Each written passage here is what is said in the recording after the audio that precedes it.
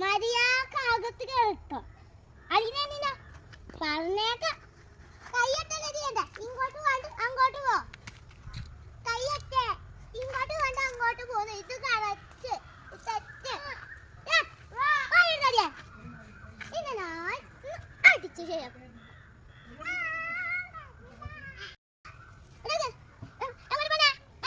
എങ്ങോട്ടാ പോണേന്ന് അടി ഇനി അടി അവിടെ